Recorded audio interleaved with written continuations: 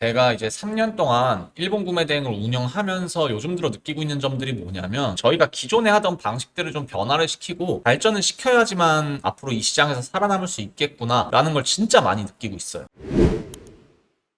온라인 쇼핑몰 사업에서 정말 어려운 게 뭐냐라고 했을 때 제가 구매 대행을 하고 있으니까 구매 대행 쪽으로 좀 맞춰서 설명을 드리면 아마 대부분의 분들이 아마 소싱이라고 하실 거예요. 근데 제가 강의를 진행하면서 가장 많이 질문받은 것 중에 하나가 소싱이 좀 어렵다. 어떻게 해야 되냐? 이런 질문이었거든요. 근데 물론 소싱이 어려울 수 있어요. 초보자분들 입장에서는 더 그렇게 느껴질 수 있다고 생각을 합니다. 근데 정말 사실 생각해보면 소싱보다 정말 어려운 건 판매인 거예요. 판매를 일으키기 위한 활동을 하는 것들이 어렵고 판매를 하는 것 자체가 어려운 거지 소싱이라는 게 어려운 건 사실 아니라는 거예요. 그래서 저도 일본 구매 대행에서 잘 파는 축에 속하죠. 그리고 저보다 잘 파시는 셀러분들도 엄청나게 많을 거예요. 근데 그런 셀러분들이 정말 남들이 모르는, 전 세계 사람들 아무도 모르는 그런 특별한 소싱법을 통해서 소싱하고 있냐라고 하면 전혀 아니라는 거예요. 그래서 여러분들이 사실 손쉽게 찾아볼 수 있는 유튜브에서도 좋은 소식법들을 올려놓은 분들 굉장히 많으세요. 저도 실제로 아이템 스카우트, 뭐 셀러라이프 등을 통해서 그냥 수요가 있는 키워드와 브랜드를 찾아내고 그다음에 그냥 일본 현지 사이트를 살펴보고 이런 방식으로 소싱을 하고 있어요. 그래서 결국 소싱을 하는 방식은 다 비슷비슷하고 뭔가 특별한 게 사실 없다라는 거죠. 중요한 건 이제 뭐냐면 내가 소싱할 제품을 어떻게 판매할지가 중요한 거예요. 그래서 구매 대행이 한창 핫해지기 전에 최소 몇 년 전에는 그냥 상품만 사실 잘 소싱해서 많이 올리면 판매가 잘 됐었죠. 상품도 몇만 개씩 그냥 올릴 수 있었으니까. 근데 이제 점점 어려워지고 있잖아요. 왜냐하면 시장이 성장했고 셀러들도 늘어났고 셀러들도 그에 맞춰서 성장했고 플랫폼 규제는 점점 심해지고 그래서 이제 예전처럼 단순히 상품만 많이 올리면 판매가 일어나겠지라고 기대한다면 이제 멍청한 생각인 거예요. 물론 많이 올려야 되는 건 맞지만 그걸 통해서 내가 수익을 무조건 많이 낼 수 있겠다라고 기대하면 멍청한 생각이라는 거죠.